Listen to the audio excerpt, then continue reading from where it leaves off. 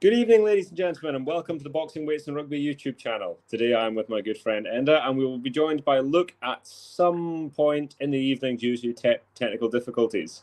We are slightly delayed due to technical difficulties on my end as well. Yeah. So, how are you, my friend? Fantabidosi. Excellent. In your part of the woods. Looking forward to my kind of long way round trip to Marseille. I'm going via Munich tomorrow evening and flying to Marseille first thing. But Munich Airport is beautiful. I live in Munich Airport. Munich Airport, Munich in general is stunning. Really great part of the world. I love Munich. I mean, Bayern Munich Stadium is amazing. You know, the only stadium that's better than Bayern Munich Stadium is Tottenham Hotspur Stadium. And I say that with so much jealousy. So much hate. But it is a beautiful stadium. Like, you can't take away from it. I mean, the team is shit. They don't need a trophy room, but they have a nice stadium. I used to drive past that, and it's stunning from the outside as well, because it's on that kind of weird bit of the Concord as you kind of go through. Is it not? Yes, Stoke Newington in London. Well, it's near Hackney, and exactly. So I used to drive past that, which is there. But no. And good evening, Stephen. Sorry to keep you waiting, sir. Cheers, Steve. Unfortunately, this is one of the trips where I can't buy any duty free because I'm flying via 3 European cities or 3 EU cities. Obviously, UK hasn't left Europe, much to their own charging. They'd probably leave Europe if they could. Yeah, certainly part of it would. Anyway. Enough politics. Let's move on to it. So today we're going to do a pretty simple one. We're going to do our standard January review. So we're going to look at Beterbiev Smith, Mungia Ryder, and then hopefully we will then be able to get Luke in to join us for Jonas Mayer. And then we'll preview Boatsy Aziz this weekend. And then we will move on and finish with the preview for Fury versus Usyk, which is the big one in February. There was loads of good fights, but I think those are the two kind of major ones that we all have a habit of overrunning anyway. So, Beterbiev Smith, let's start there. He's an absolute monster, isn't he? He is, and I mean, that was the best Smith, and I almost felt sorry for him, and then I realised what his surname was, so I didn't. Well, actually, he's not the worst of them. His brother is clearly the worst of them. But Paul, don't like Paul. But I mean, like, he was just outclassed. I mean, you know, there's levels to this game, and you can be a world title holder and not be the best in your division. It's that simple. I mean, you know, you can do what's his name on it? Well, there's so many boxers that do. I was going to say that could be literally so. Yeah, I was going. You know, I mean, I could go around the houses with it, but the amount of divisions that have title holders that just avoid the top guy, you know. But anyway, let's get back to this. Smith didn't. Smith faced Beterbiev, and Beterbiev absolutely demolished him. And the one thing, and I remember saying it in the chat, and I was saying that Michael would be great to copy Beterbiev or Beterbiev. I think Beterbiev is his Canadian name, Beterbiev is his Russian name. I believe Beterbiev is how it's actually pronounced. And apparently that's because when they're doing the comms, it's always Beterbiev, and then if they say no, but that's American, you see. But I bet you in Russia it's Beterbiev. Who knows? You know what I mean? Canadian, like, so it doesn't matter what it says in Russian. Oh yeah, I forgot he's Canadian. Apologies. Yes. The WBC confirm he's Canadian. Yes, he's Canadian now, but he wasn't Canadian a year ago, or whatever. Oh no, it was Bivol. No, Bivol is not. Bivol is only Russian apparently. Yeah. But anyway. That's back to boxing. Let's talk about their nationalities. And as I said, I would gladly give Bivol an Irish passport, if he wanted one. I would find a way to get it to him. Find it in there somewhere. What I love about Beterbiev is he is, again, it's been said to kind of death, but for a big puncher, he doesn't load up. It's all very short and crisp, you know, like kind of 6-inch limited backlift. And what it means is he's actually quite fluid with his hands. But that left jab of his is just wonderful. It's stunning. But Smith, we were saying in the chat beforehand that Smith is prone to being hit in the face with a jab anyway by lesser opponents. And he's going to struggle with that. But I think with Callum... If you were, then why the hell are you fighting Beterbiev? You know what I mean? Yeah, Bivol's not going to give you any more favours if you struggle with a jab, are you? Nope. So it's I think with Callum, Callum was a lot better in this fight than he was in the Canelo fight, which was the big one where both. Well, I I think think he all shit of his us. knickers in the Canelo fight, to be quite honest. I Yeah, think the occasion just got the better of him. Yeah. You know But I what? thought the thing that really, because obviously Callum's fight short. Like for a 6'3" giant, he fights short, and people were talking about kind of him throwing that jab. But he doesn't have a jab like Beterbiev. His jab is right. If I touch you, you're in range, and everything else kind of goes off it. And De Gale had a similar jab where it wasn't a bang. It was a touch, and if there's like one or two touches in a row, it triggers everything else off. And it was the same with Callum, but he threw the hook to the head and body really nicely. He just couldn't make a dent in him. And for all this talk of Beterbiev being like, he got chinned, he was knocked down, which these things happen. It's happened a couple of times. Joe Smith couldn't. I mean, if your footwork's off balance, you can easily be knocked off. Yeah, knocked down. I mean, I wouldn't pay too much heed in that. I mean. So Stephen says, awesome Beterbiev. I thought Smith had a chance, less so with his layoff, and no version of speed. Smith beat his guy. Yeah. My only complaint is Mr. Beterbiev didn't do it in 6. He waited for round 7. Yes. So there was no lunch friend that Sunday. I think we were all fairly close on that one. I think I had him in 8 to 10 if I was correct. But I think the thing is, and again, it matters with. Well, you were wrong as well then. I was 1 round off as well. I mean, it's not the most wrong I've been in the predictions, so we'll get to that. It's with Callum again. I don't think at any stage of his career, once Callum really got into the Super Series, he's been able to generate any momentum in his career. We were talking beforehand. He got beat by Canelo. Yeah, but I mean, there was external factors that halted that. Definitely so. But then if you look at the, beyond the external factors, which is like, we'll say December 2021, he fights Canelo, right? So it's then January 2024, which is 25 months, during which he has a grand total of 2 fights against 2 European level guys. He looks brilliant, but he goes into that fight on the back of 16 months of no fighting. So he won't have progressed, and he can only stagnate in the gym. And then they were talking about Beterbiev's inactivity. Beterbiev was the one that fought in March. He fought more recently than Callum had. And he was awful the last time out. Bivol. Oh, sorry, Beterbiev, you said. Yeah. Yeah, we haven't got to the Beterbiev Bivol stuff yet, but I thought Callum. I really liked Callum coming through. I picked Callum to win the series back in the day. But he's not kicked on at all, and I think it's due to his. But I think there's just levels there, and there's that he's at kind of fringe world level, and Beterbiev is at just pound for pound elite level. Yeah, Beterbiev is elite, and Callum is a world champ, like a world belt holder. That's a world belt holder. Yeah, he's never going to unify, he's never going to be undisputed. No, not in those kind of like divisions he's in, because he's in her. And again, it's all relative to the division you're in. But, if there's guys like Bivol, Beterbiev, and Canelo... No, but I mean, every division will have its kind of guy that you really got to beat. You know what I mean? Yeah. I mean, people would say that the middleweight is open now that Golovkin is effectively retired. And that's true, but one guy will come through. Yeah, and Janibek looks like the man there, but I think... Exactly. A Janibek isn't of the same caliber as... trying to win a title at 175 at the minute is... just brutal, but I love that for Beterbiev, it's you cannot give him anything on the ropes. Like the person who's going to beat them, the back does not beat him, does not touch the ropes at any stage of that fight, because it was the same in the Yard fight. I always remember Yard was doing really, really well, and I think Yard did way better than Smith.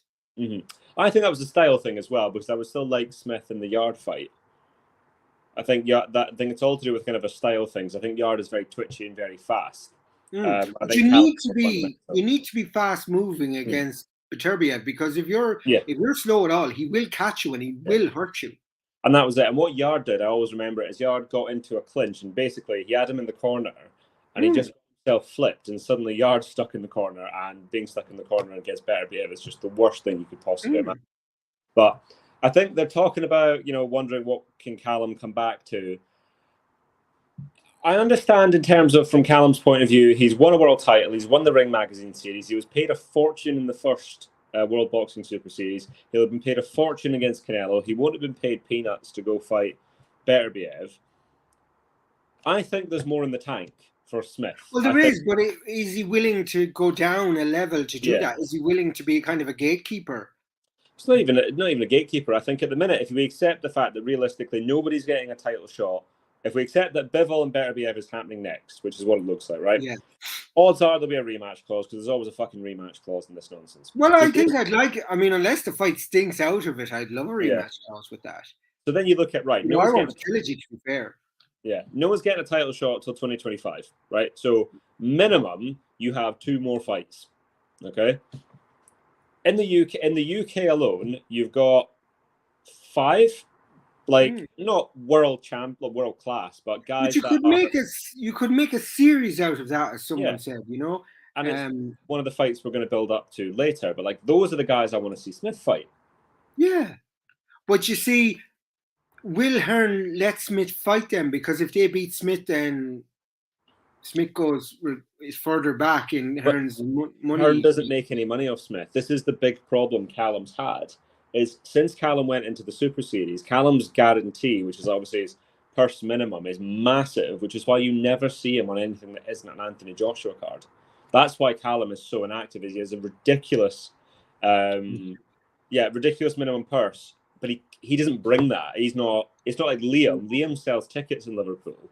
I can't remember the last time Callum sold out the M&S Bank. Like, I'm sure he would if he came back, but I'm not even sure he would, because, you know, damaged goods, not to be horrible about it, but, you know, boxing is that for, you know, when you get away from your more kind of invested boxing fan, when you move back to a more just open audience. I'm desperately trying not to say that. Yeah, I was going to say, you backed yourself into your own corner here. Yeah, but when you go to the wider audience, you know, your football effectively audience, they're not going to want to buy that product that's been damaged per se. But I think Callum's only ever been an attraction to us. That's what I mean. Like, he doesn't sell, you know. Smell what sells, as Alan Sugar said, and you know, he doesn't sell, and I'm sure he doesn't sell either.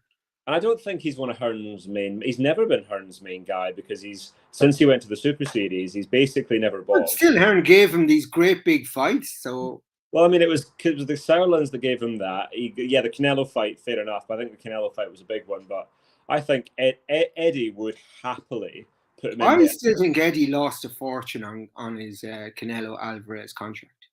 Probably. I mean, as far as I'm aware, most of them are losing a fortune. I don't think the PBC are doing any better with Canelo stuff. Certainly won't be if it's Jamal.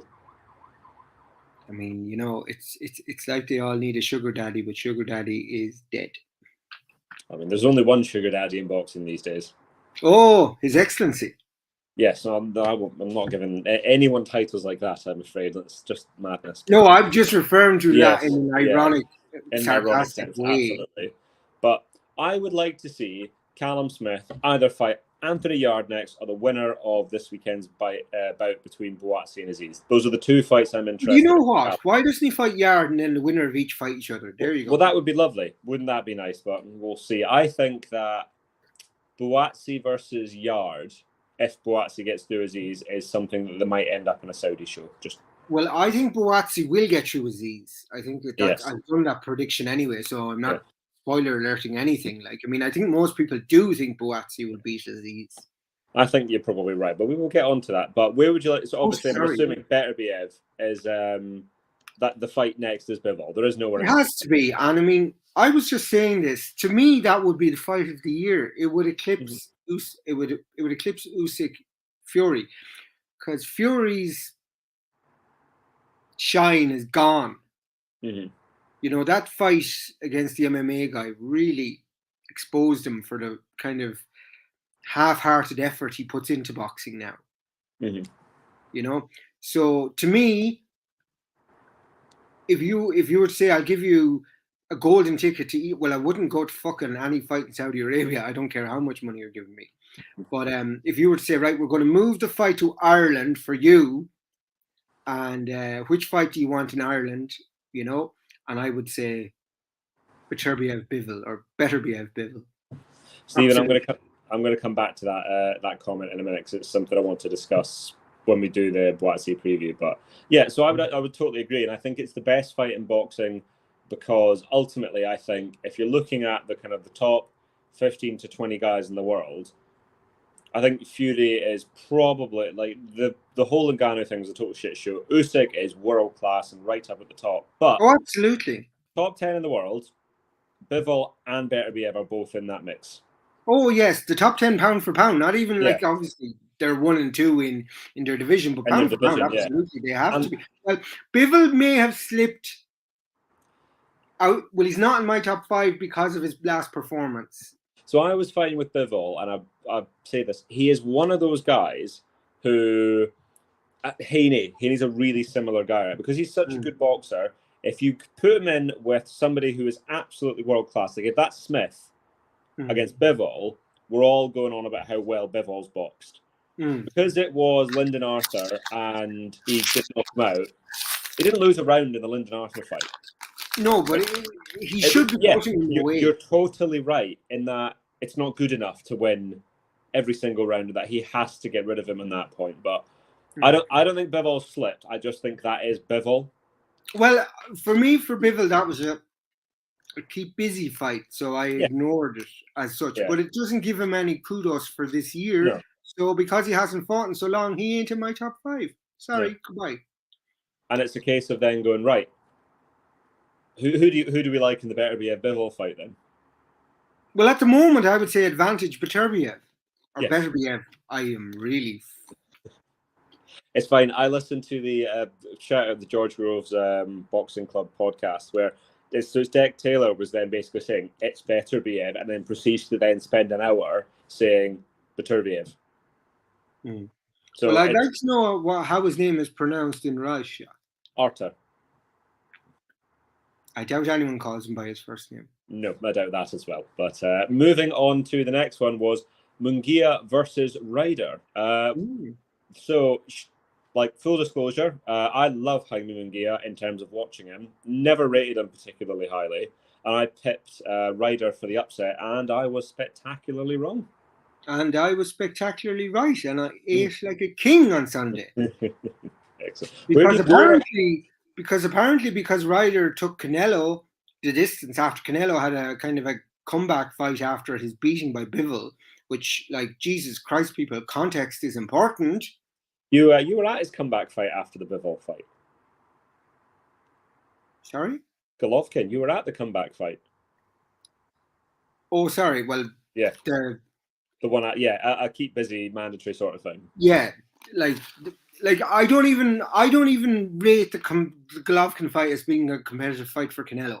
That was a last dance. That was a waltz. That was 2 guys that knew they were on the way out. That was 2 guys that wanted $10 million for free. No, but I mean, like, there was respect there, but nobody was dying to knock the other guy out. No, well, I think it was a case of Canelo got himself 8 rounds up and then decided, that's fine. And then Golovkin was like, oh, he stopped punching me back. Right, and then he started. Yeah, but I don't think either of them, there was enough respect there that either of them wanted to knock the other guy out. Yeah. In fairness, I don't think Golovkin could have knocked Canelo out at this point. No, not at that stage. You couldn't put his punches. But I think Canelo could have knocked Golovkin out if he tried. Mm-hmm. Yeah. I think if he'd really pushed it, but then again, we'll come on to the kind of Canelo stuff in the conversation about Munguia, but I don't think Canelo has that in him anymore either. I think it's one punches. He's got to put. Canelo is done as an elite top fighter. He is fucking done. I don't know if he's done.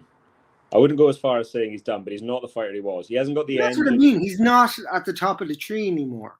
No, he's on the decline. He is definitely on the other side of the hill. But how far down that hill is up for debate. Well, see, the only thing about the decline's a lot steeper than the ascent. The ascent is quite gradual. Slow and steady, yeah. Yeah, welcome to life, guys. It does that and then that. Yeah, pretty much. Yeah, which is just less than ideal, but yes. How you doing? Only some people will get that reference. Everyone else will miss it completely. Yeah, I'd say the 7 people that watch this will miss it. But where are we going now? Sorry, what so we're on Munguia Ryder.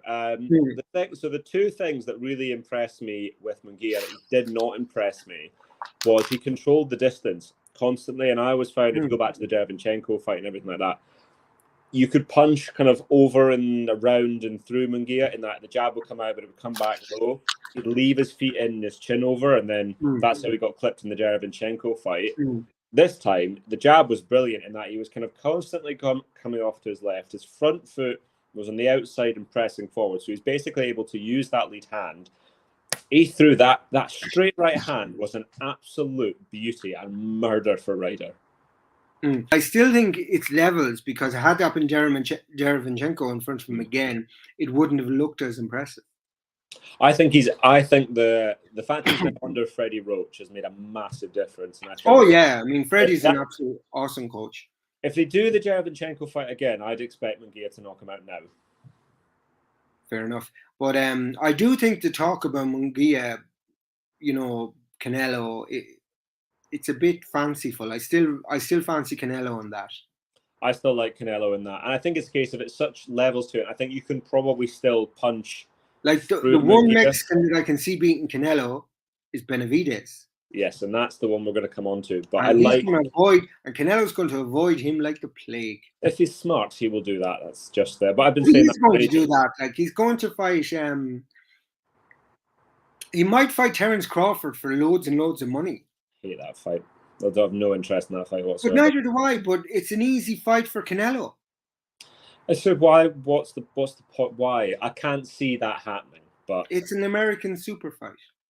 Yeah, of course it is. Munguia was one of those, like I said, this big Mexican. He's very popular in Mexico. He's got this wonderful record. Yeah, but I mean, it's his fighting style, I likened him to Arturo Gatti and Mickey Ward. He's that kind of take a punch to throw a punch kind of guy. So he's always going to be in fun fights. Mexicans love that. I love that. Well, everybody loves that, really. Yeah.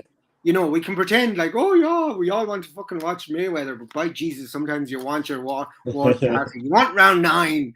Yes. Give me round 9. The greatest round in boxing ever. Yeah, just unbelievable. But I mean, still shut up. But it was fucking heart and determination, and it was a Rocky movie writ large in real life. It was brilliant.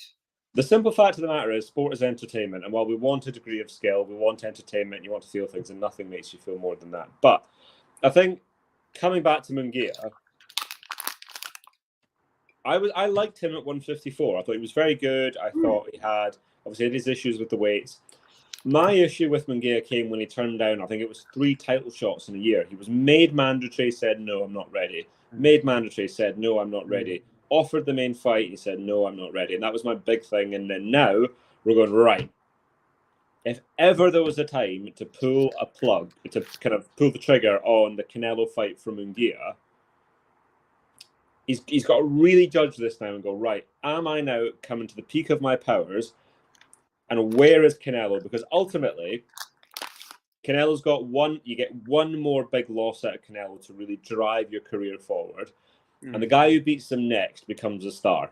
Because it's either going to be Munguia or it's going to be Benavidez, which is the one I've been calling for a good little while. Well, it won't be Benavidez because Canelo won't fight Benavidez. But they're both Mexican guys, and that's the big passing of the torch, and that's what they want. Whether it is Munguia, whether it is but Canelo will fight Munguia absolutely because he can beat him, but he will not fight Benavidez.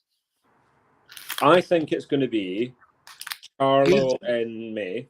It will be Charlo, and nobody will give a shit. Welcome, my friend. Good evening, guys. Hello. Have you put 50p in the meter? We're very well, thanks. Unfortunately, the ESP stopped taking them. 50 cents. Well, actually, it's probably a €50 note now, given the fucking the cost of electricity. Probably.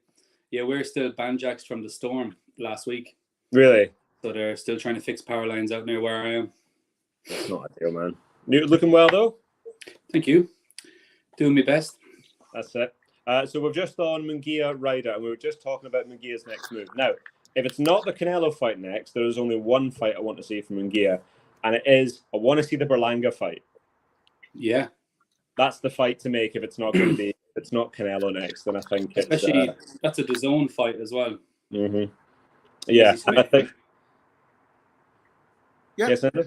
No, because it's not about Munguia. It's about one of his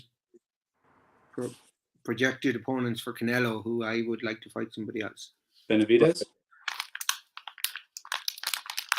Crawford. Okay. I want to fight Tim Tszyu. Okay.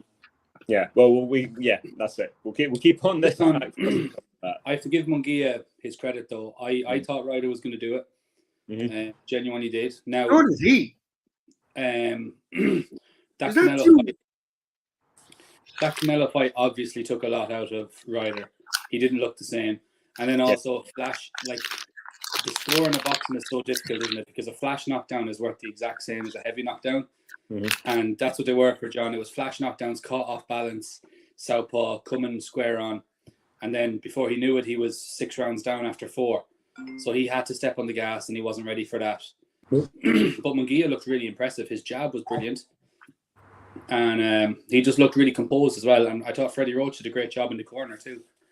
He was really, really astute and clear with his instructions. So, Freddie Roach is, one of the best trainers in the world. You know what I mean? But sometimes when the hype dies down about other people, Freddie Roach's legacy will remain. And like the thing is with Freddie though, you can see sometimes in the corners he's telling the guys, "Oh, get stuck into him, do this, do that." But he was actually giving really nice, clear instructions to Munguia.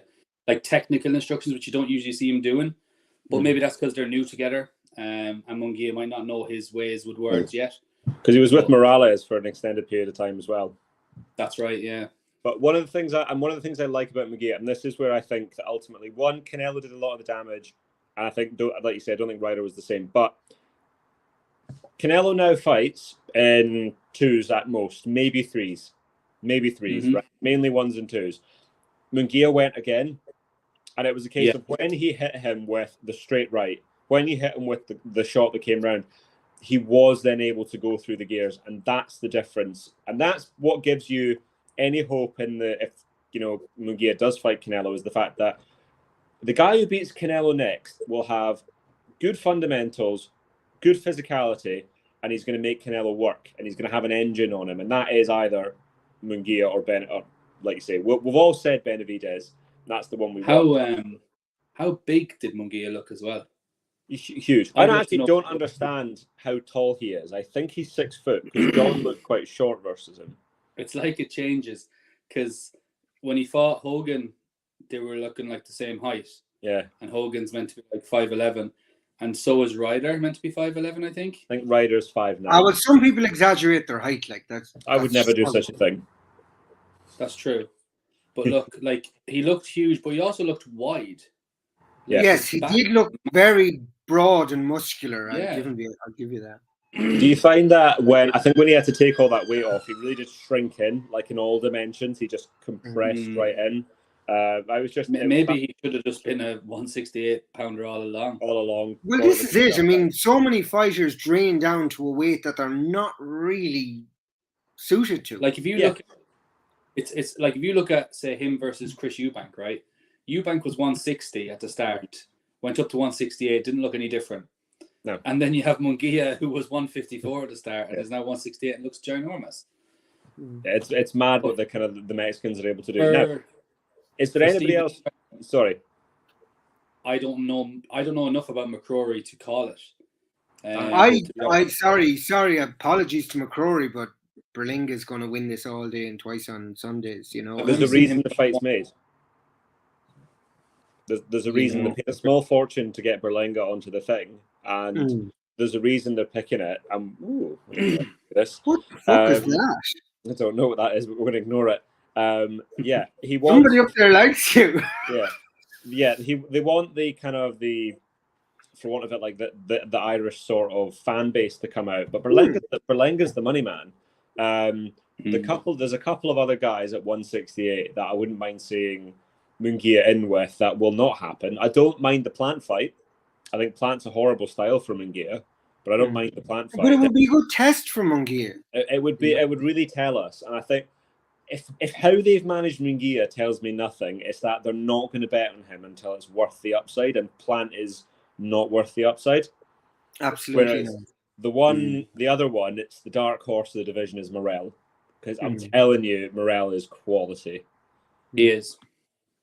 And again, Berlinga's a defeat waiting to happen at the elite level, and I think they've figured that out.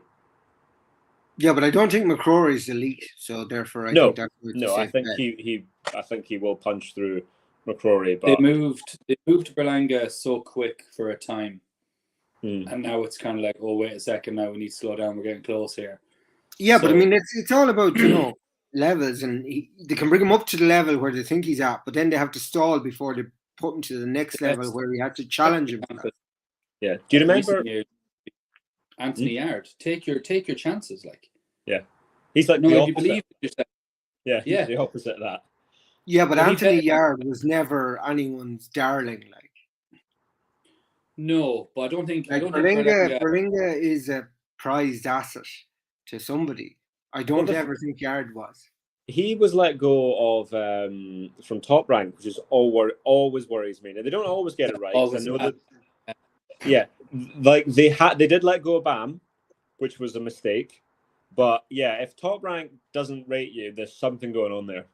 Well, you're just not at the level that they require of their fighters. I mean, what gives me slight doubts with Paddy Donovan.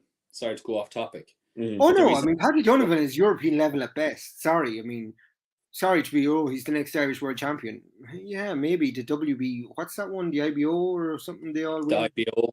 The IBO, yeah. I mean that could be his level, but he ain't winning a proper world title. But it all depends on your area. That's like it depends on the thing. Like he's at one where it's going to be. Suddenly what's going to happen for him is he's going to hit world level, and all the guys at 135, 140. Well, let him get you European level first, because that might be a lot trickier than Paddy thinks. So they're going to do Croker. Is that happening? Well, only if it's Haiti, because nobody else would sell fucking the O2, the 3 Arena, let alone Croker. It wouldn't shock me if it ends up being the Aviva, to be quite honest. I would say it probably will be the Aviva, given they work out the costs. Unless they give away a shitload of free tickets to kids, it's going to be the Aviva Stadium. Yeah, but look, I like the Aviva, so I'd be like, that'd be amazing still. Well, the Aviva's it's a better stadium. Well, it's a smaller stadium because GA stadiums pitches are massive for hurling. Yeah. So, the great thing about the Aviva is it's compact and it's got that lovely bowl, to it. So like the crow's nest in Beijing. Yeah, that, it's got that, and there's a great atmosphere you can drive up in it. Whereas Croke Park, obviously, the hill is so it just things can just drift away. But anyway, like wherever she fights, it will be her last fight, so she has to win. So you know yourself. Do you think they'll ever bring Berlanga out of America? No. Or the Americas? No. Well, why would they? Like, I mean, he's not going to sell tickets anywhere else. They'll bring him out when he's done, because they'll bring him over here. Could you see him coming to a UK or a Saudi Arabia or something? I think once. I don't think he's quite big enough for Saudi Arabia. Yeah. And he's not done enough for the UK. Yeah, and I think I don't know where to go then. Like, it's such a hard man to match because you want to keep him going, like you say, but he's going to lose. But America's a very, very, very big country. It's got 50 states, I mean, like, yeah. It's like people go on about Japan. Japan's 120 million people living in it, for fuck's sake, people. It's not a small country. It's massive. It's so funny. Don't compare the UK to Japan, please. Don't compare. Literally. Like, get your head around it. Like, people make statements and they have no basic knowledge of, the population base or the economy or the sheer value. The sheer value of the fight. Like, I mean, Bob Arum is very happy for Inoue to fight in Japan because he makes him a fortune in Japan.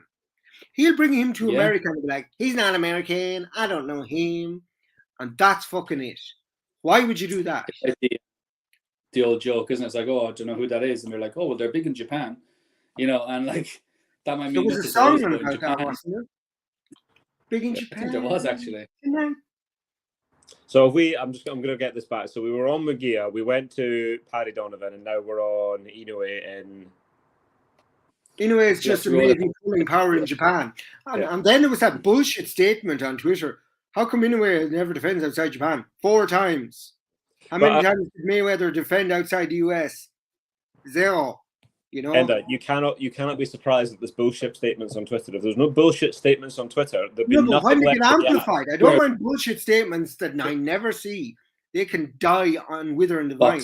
Boxing Twitter is a special place. But when they It's get a special amplified place, to the degree that they're suddenly somehow make it through all my filters, and I see it, I will go, bitch, please. Sit There the is- fuck down. we have a saying in our house, which is never let facts get in the way of a good story. Well, Very true. Are people in your house journalists? Because that's what that sounds like. That's everyone just loves it. Everyone loves a good story. But we're going to move on because we've got one more fight to review. And look, we need you here for this. And we are here. We're going to review Jonas versus Mayer. First of all, that was a quality fight. I know. Have you gone back and watched it yet, Endo? I have. I've watched it and I scored it and I gave it to Mayer. But like the last time, Mayer got robbed in the UK.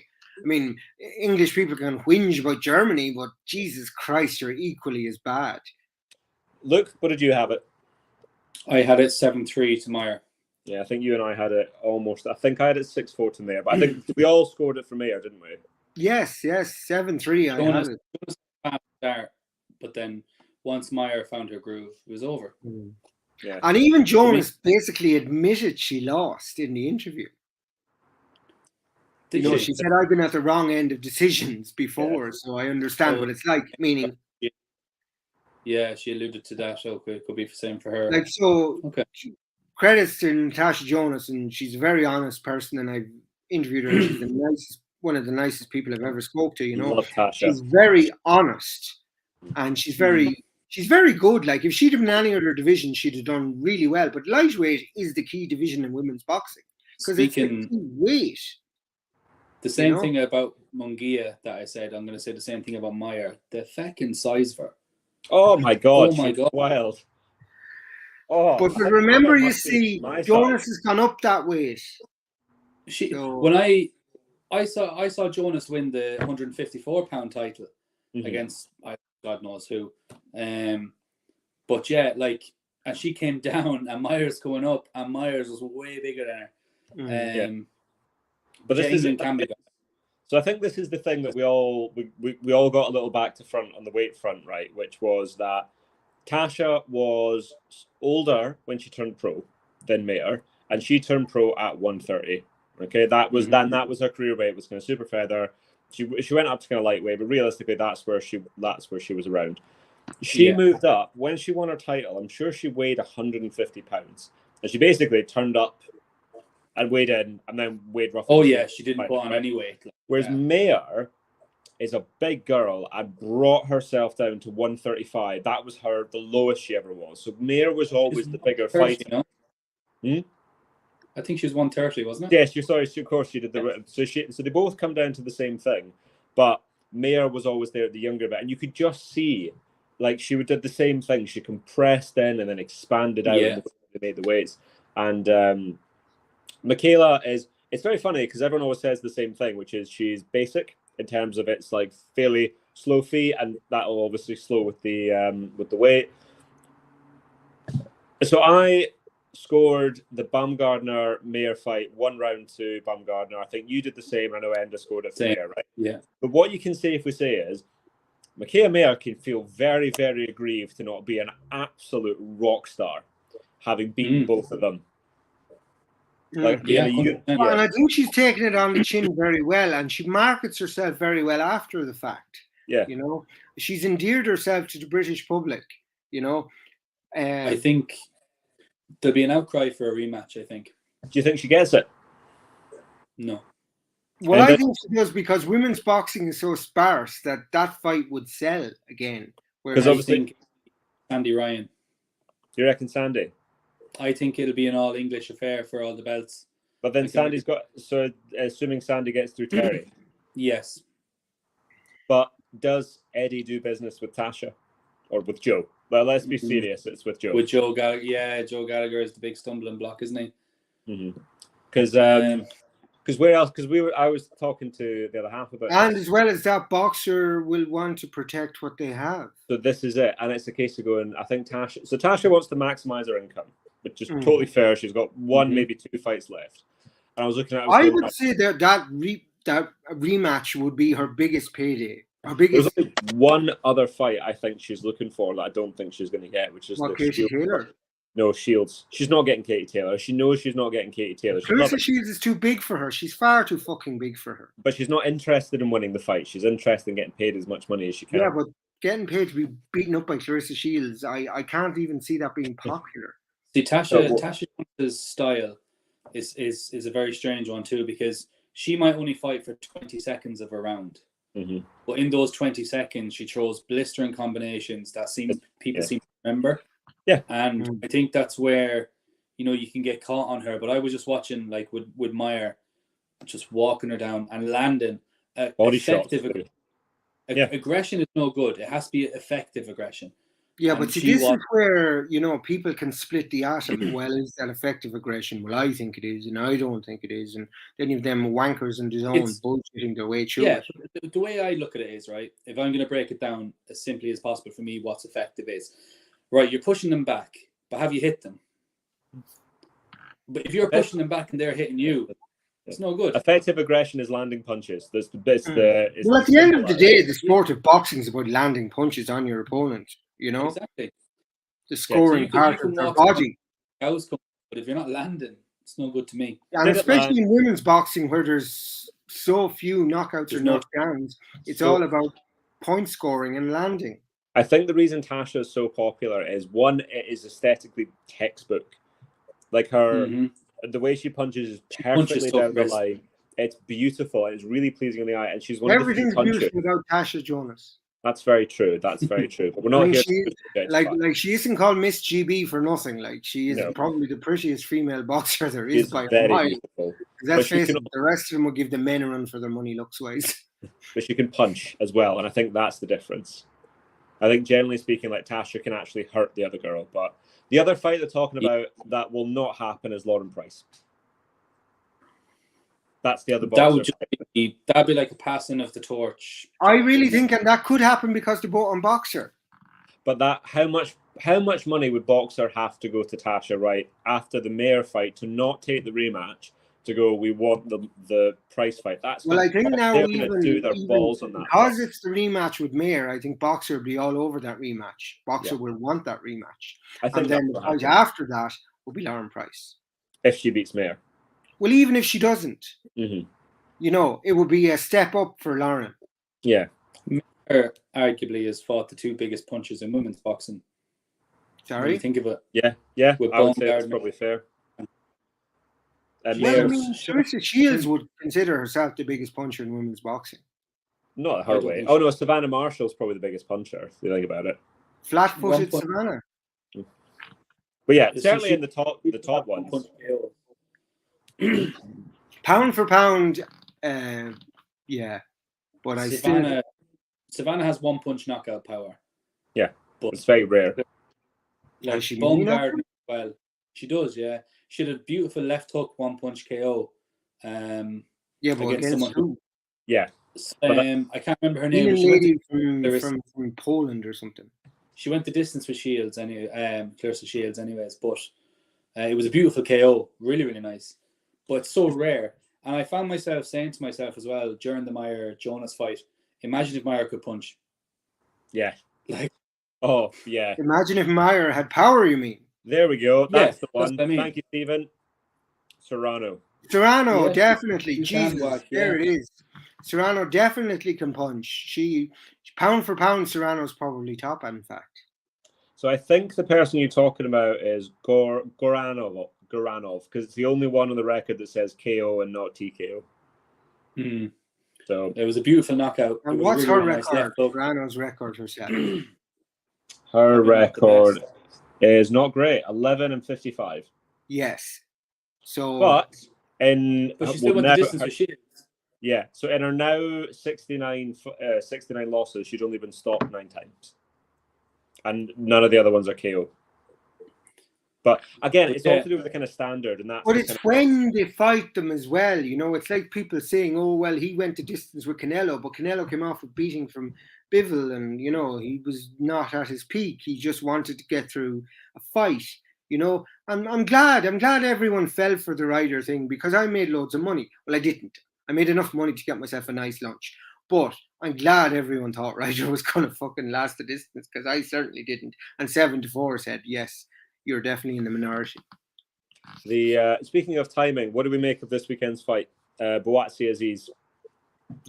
Better late than never. Yeah, it's finally happening. Buatsi should win. Yeah, really rated Buatsi, and he's just stalled. And I think the thing is, with Buatsi, the thing that has slowed him down is up here because he never got any activity and momentum going. Because I think Eddie Hearn said the problem we had was Buatsi would get out of the fight and he'd phone him and go, right, you're out again in 10, 12 weeks. And he'd go, I can't, I'm in Ghana, and I put on X amount. Yeah, but I mean, like what I always go back to, boxing is a discipline. If you don't have discipline, you will not succeed. Discipline's a talent. Potential. Discipline's a talent. It's the most underrated talent in all of boxing. It is the key talent in all of boxing. If you don't have discipline, you don't fucking reach your potential. It's as simple as that. You might win a world title, but you should have been undisputed. You know what I mean? And it's especially bad during your growth phase. It's all right when you're already that guy and you're only fighting twice a year anyways. Yeah, but you've got discipline then at that point. You've built into you because you've got so far. It's inert, you know. It's in your being, but you have to work on discipline. Discipline just doesn't just happen. Some people, it's like willpower, you know, and smoking. Yeah. You need to have willpower, and that's self-determined. You know, that's what separates the people who are in the gym in January to the people who are in the gym for the rest of the year. Yeah, you know, the motivation versus. Yeah, but I mean, then there's people in gym a whole of the year that they're in it for different reasons. You know, they're like. No, but what I'm saying is, you know, like everyone has the great intentions, the motivation. Yeah, well, the road to hell is paved with good intentions. That's an old adage. That's it. But with Buatsi, he should be so much further than where he is. But he isn't because of his lack of discipline. 8 years and not a title shot. He's turned down 2 title shots, to my knowledge. And I think as well, you know, if you were to walk the streets of London and ask them to name light heavyweight boxers, he might be coming up. No. You know, and like with Aziz, like I really like what Aziz has been doing. He's great. He's so sound as well. And he just seems like a great fella. But what I'm interested to see this time is Buatsi seems to have a bit of spite and the bit between his teeth. So is he going to fight spiteful? Or is he going to be safety first? Yeah. Like, you know, because those two, they're very 2 different fights, like, you know. And he's not that good at safety first. This is the thing. We were talking about Smith earlier. Buatsi's got a habit of, if you throw the jab, it just seems to find him down the middle. Like, he's got his hands here. But there's none of the stuff that really impressed me with... there's no lateral movement. No, but when Munguia was fighting, right, he was constantly edging forward and the hand was out there. But what he didn't give you was the stationary target he normally gives you, which is which Buatsi seems to give. He should punch through Aziz, but any man who wears crushed velvet is a hero in my book. And he also has war on his shorts. Exactly. So you've got a lot of love for Aziz, but the only way I can see Aziz is he's basically going to have to break Buatsi's heart, and I don't think he has the technical tools to do it. I liken this fight a lot, and credit to the guys on the Boxing News show because they said it before I've said it. It's a lot like a Coley versus CBS. You know, it is a very similar kind of a fight to that. I hope it doesn't look like that fight because if it does, oh dear God, please no. But you know, you can definitely see ways for Aziz to win, which you could also see. Anyway, guys, I'm going to have to jump on you, so enjoy discussing the rest of that prediction. My prediction is Buatsi. Anyway, Slán. See you later. And what was I saying? Yeah, you could see ways for Aziz to win, but obviously it was hard to look past the Coley. CBS to win was hard to look past the Coley. Same for this one. It's hard to look past Buatsi, isn't it? Because you were looking at it and going, basically, if it's a long fight, Buatsi has the pedigree. Okay? If it's in close, which you would say favours Aziz, but it doesn't, because who punches technically better? Who punches harder? It's the bloody thing's back. So it's a case of going, it reminds me that whether it's my fight or your fight, I'm still better. Yeah, you got to you want to be confident that you're better in all departments, don't you? Yeah. But is Buatsi confident in his chin? Because he doesn't No, fight. I don't think he rates it. I don't think he backs his chin. He doesn't fight like a fella who's not afraid to take a dig to give a dig. Because they were always talking about him like Holyfield. Mm-hmm. Like, they were always talking about him. He's not got that. I can't say he's not got that. He's not shown that metal yet. Mm-hmm. He'll have to show it on Saturday, I think. Yeah, well, that's the thing, is Aziz will make him work. And then if he wins, there is 2 fights I would like to see, but there's one I would prefer, and it's going to come back, because Stephen said it earlier. That's the fight I want. That's the 100%. Fight to make. It makes so much 100%. Sense. It's got the story, it's got the brewing, it's two guys from London. One is the prodigy coming through the amateur system. The other one came from nothing through the Tunde Jai system. But Yard has backed himself and Buatsi has it. It's just, that's the fight to make. 100% agree. And you know what? Considering I shat on Anthony Yard a lot in the past, but I really believe him when he says he'll fight anyone. Yeah, 100%. He's proven it. He has. And look, he's the best light heavyweight in Britain, as far as I'm concerned right now. Most achievements at light heavyweight. It was Callum Smith until he fought Beterbiev there. I know you've already discussed it, so I won't go back over it too much. But, you know, it was easy work for Beterbiev, if we're honest. Whereas Anthony Yard wasn't. You know, he really made Beterbiev work for that fight.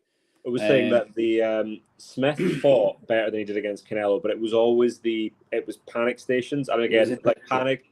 It was a case of he had to give everything he had at all times to stay in that fight. He started in 5th gear. Mm-hmm. Yeah, and you can't do that. Not against the elite. But my thoughts on Canelo. I think Beterbiev is a better version of Canelo in every department. Like, I think he's just a class. Like, he's just unbelievable. And there's nothing he does bad. Do you know what Beterbiev is? He's the middle ground between Canelo and Bivol.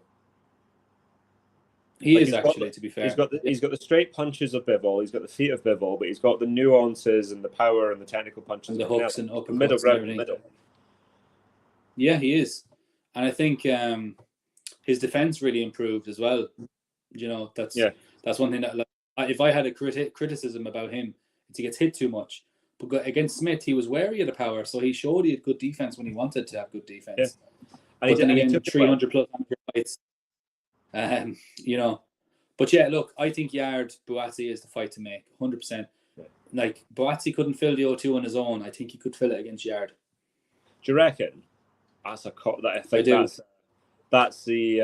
is it which one's bigger? Is it Wembley or the Copper Box? The Copper Box is the one that Yard usually boxes at. And I think it's a bit smaller. I think it's about 6,000. Yeah. And then OBO is about 8,000, I think. Yeah, so go there. That's where I don't think it fills the O2 anymore. I think it would have if they'd done it when they were both really on the rise, or just after, say, fought Kovalev. Yeah, now not so much. I really do think the luster's come off Buatsi. I'm intrigued to see if Yard does jump up to 200 pounds as well. That he's short. I remember a couple of people telling me he's short. He's meant to be 5'11". But yeah, I mean, I vaguely remember CBS saying he's 5'9". And CBS isn't a small guy. No, he is a lump and a half. He was looking trim on the boxing show, I thought. Yeah, he looks really well. He's definitely in training. But yeah, shout out to the Boxing News Show. Great. Oh, it's unbelievable. I think I'm about an hour and a bit into this week's stuff, and it's just. Really good. I there when I was trying to build the kennel the other day. Emphasis on trying. But brilliant. And he's a great talker as well. He knows the stuff. He'll make a great trainer. He definitely will. Make a great trainer, because it's you can really tell that he's taken every single thing Shane, Barry, and Pritchard and he takes it all on board. Absolutely, and he's just a down to earth fella as well, isn't he? Yeah. He'll be a great trainer. You could totally see him and Andy Clark in the corner together as well, which always makes me laugh. Oh, could you imagine? Yeah, just be the most eloquent corner ever as well. Who's on the undercard this weekend? Because it's not been very well advertised, this whole show. It's Azim is on the undercard. So it's Azim's back out, and then it's Caroline, and this is Caroline's busy fight before she fights. Right, She's not fighting Katie anyways. Hear me out, right? The best fight, not the biggest, but the best fight in women's boxing would be Beatrice Ferreira versus Caroline. Those are the two best prospects in the whole sport. That has been ordered for the IBF. I cannot for the life of me see boxer letting Caroline fight Beatrice. No, not this soon. No. I also think Beatrice is meant to be fighting at the Olympics, which I think is the snag that's going to get them out of it. Okay. Because she's less than 5 pro fights, so she can. Yeah. Isn't it 5? So I think it's 5. Does it matter? No, because Jalolov's got more, and he's going to be at the Olympics. Is he doing it again? Yeah, he's doing it again. It's never ending. It's not fair, is it? No, it's ridiculous. And I just did right now. It's like, what's the point? Because Delicious Ore for Great Britain, and you just think, yeah, what? Like if you're 17 and he comes up against you, yeah, just ridiculous. Like, what's the point? I think with the way that again, we're gonna get sidetracked because we've got 5 minutes left and we're gonna get on to the big thing. But with the way they've done the Olympics this year, and again, if you listen to the boxing show's wishes for the year, Andy Clark explained that at the Olympics, the 13 boxing medals that have been various splits between men and women this year, there's 7 golds for the men, which means the 7 weight categories, which means that the jumps are wildly massive. So they've cut They've cut middleweight out altogether. Yeah, which is wild. No, 75 kilos is fucking wild. But you're now going to have an absolute ton of fighters who are going to turn over in May, June, before the Olympics, because they're not going to get to go. Yeah. So you're going to have this weird exodus of amateur guys who've not had a great deal of amateur stuff because there was the 5-year build up to the previous one, and we had all the big guys like McCormack and McGrail and everything like that, and all them turning over. It's going to be really interesting. And isn't it like if you're Eddie Hearn or you're Frank Warren or whoever you are, you should be looking into these lads and saying, right, how can I build these lads properly into stars? Because you look at the likes of the McGrails, the other lads that were in it, they're not stars yet. No. Do you know? They have made, particularly if we talk about the McGrails and the McCormacks, they've made an absolute pig's ear of starting, and they did it by signing with the wrong people. Yeah. That's what happens. Whereas 100%. You look at, like, Ben's been injured. Okay, it's not been great for any of them. 1, because it's only 3 years, which is obviously a lot tougher. 2, it's been 2 years because actually they all took a year to turn over after the Olympics. Yeah, Ben Whitaker went to every promoter on the planet. It seems, on the planet. So for like a full 2, so they've had 2 years, but then again we look at Boazzi, who won bronze in Rio in 2016, and he's not fought for a title yet. So it's shocking. It's funny that we're now talking like, oh, they've got to move them fast, but they don't fight enough to be moved fast anymore. Well, not even move them fast, but just move them high. Get people knowing their names. Do you know, there's plenty of lads. There's plenty of lads that when Eddie was with Sky, like there's plenty of lads who weren't fighting for massive titles, but you knew them. Yeah, and it's because they were in that kind of domestic. Yeah, do you know what I mean? Fun fighter in great domestic fights, but we don't do that anymore because everyone waits for that title, and it's a case of going, no, you need to put the Boazzis versus the Yards in for a final eliminator rather than going, we'll wait for a title that might never come because they're not as good as some of them think they are. But finally, it's a shame that Ender's gone on this front because we're ending with the big one. We're ending with the preview for Fury Usyk. I can't believe it's come right. I can't believe how quiet the build-up's been. It's come very fast, isn't it? Yeah, it's like the reason, 2 weeks. The only reason this build-up has been not heard of is because the money's already there. Yeah.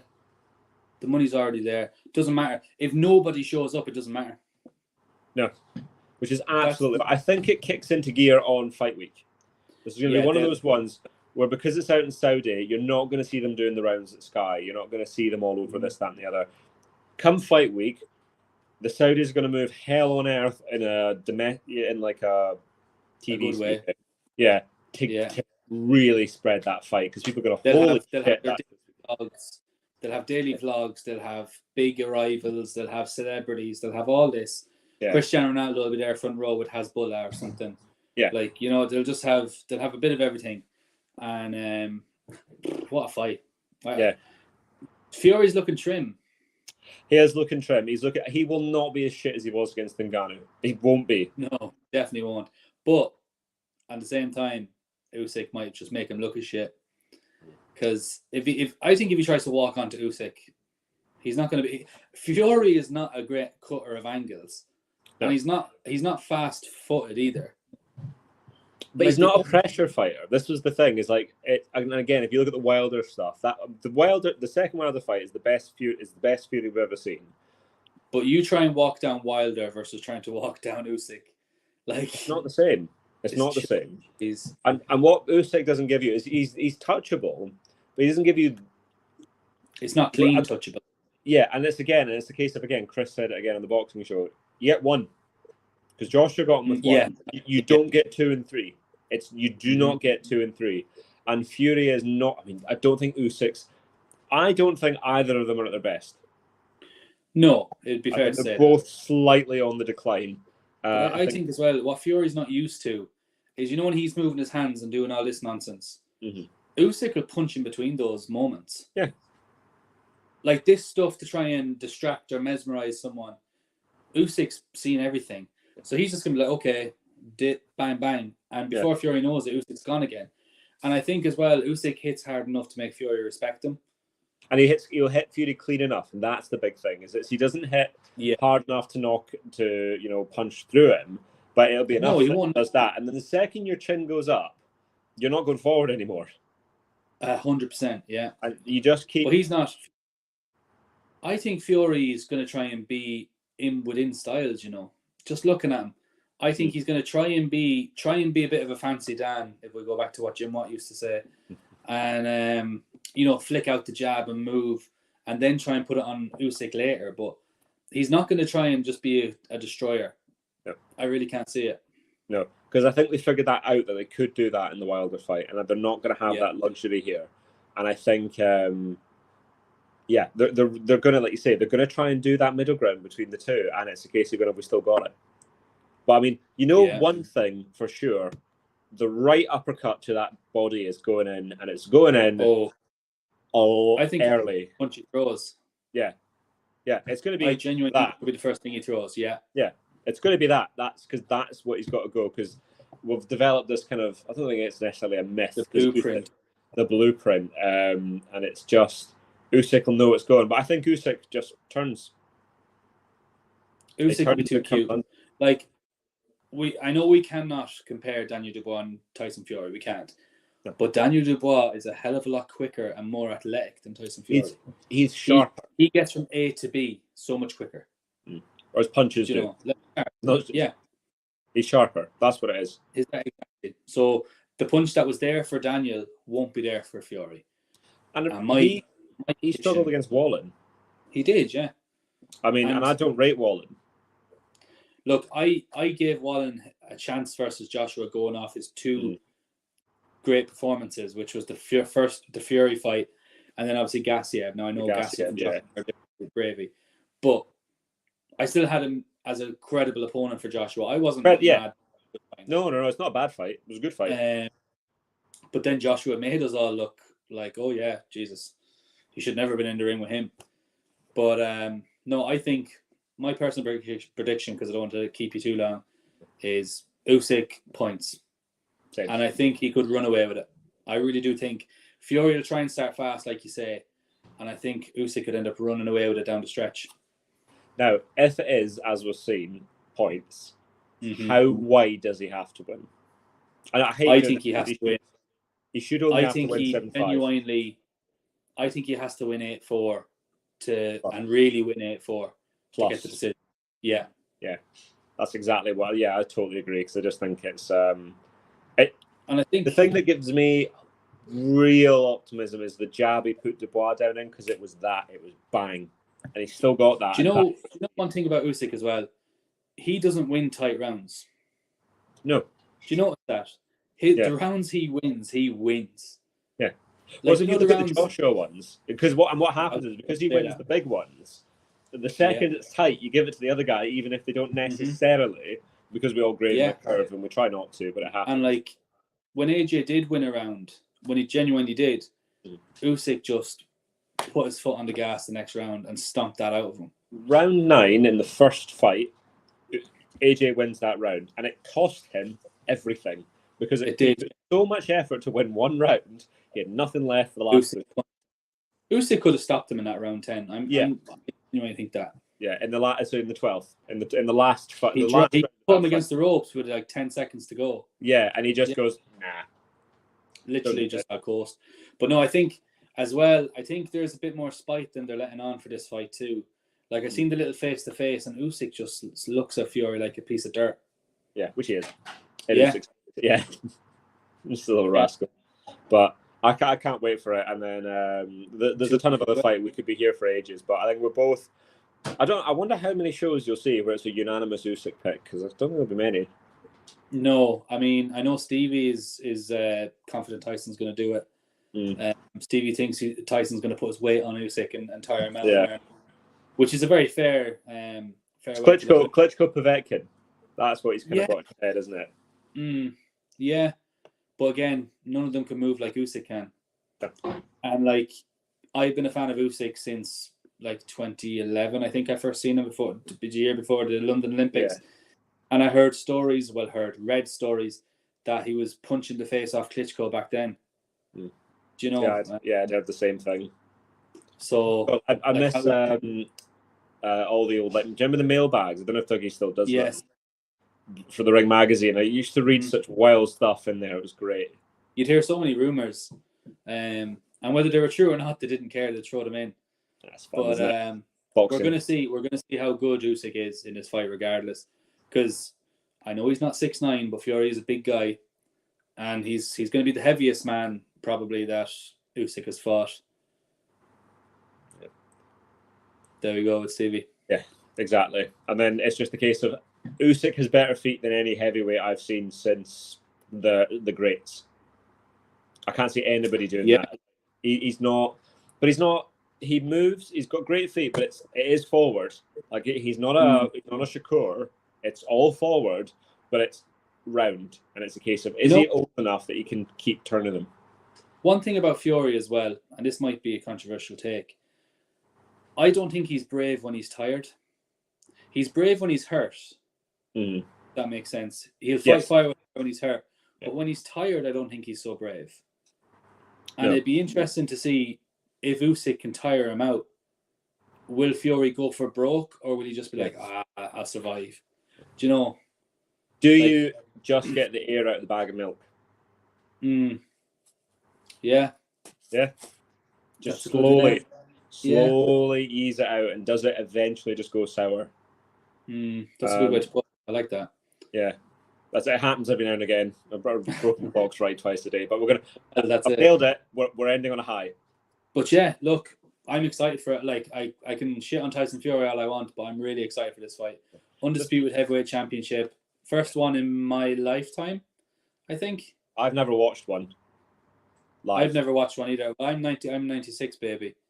Yeah, 93. Lewis was undisputed after that, wasn't he? 99. Lewis was undisputed. There you go. In my lifetime, there has been one, but I don't remember it. Yeah, neither of us have watched one. Yeah, this is the first one. So it's going to be unbelievable. So it's yeah, and look, Saudi Arabia has given us good fights, so keep it going.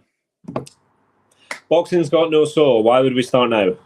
Exactly. This was always the thing. Is that do you think Vegas is a it's a morally right place? Yeah, it's not a bastion of human rights. So not like any of it. But we're not here for politics. We're here for boxing. But a pleasure. Thank you all for watching. Thank you to Luke, and thank you to Endo on both fronts. And look after yourself, guys. We'll see you next month.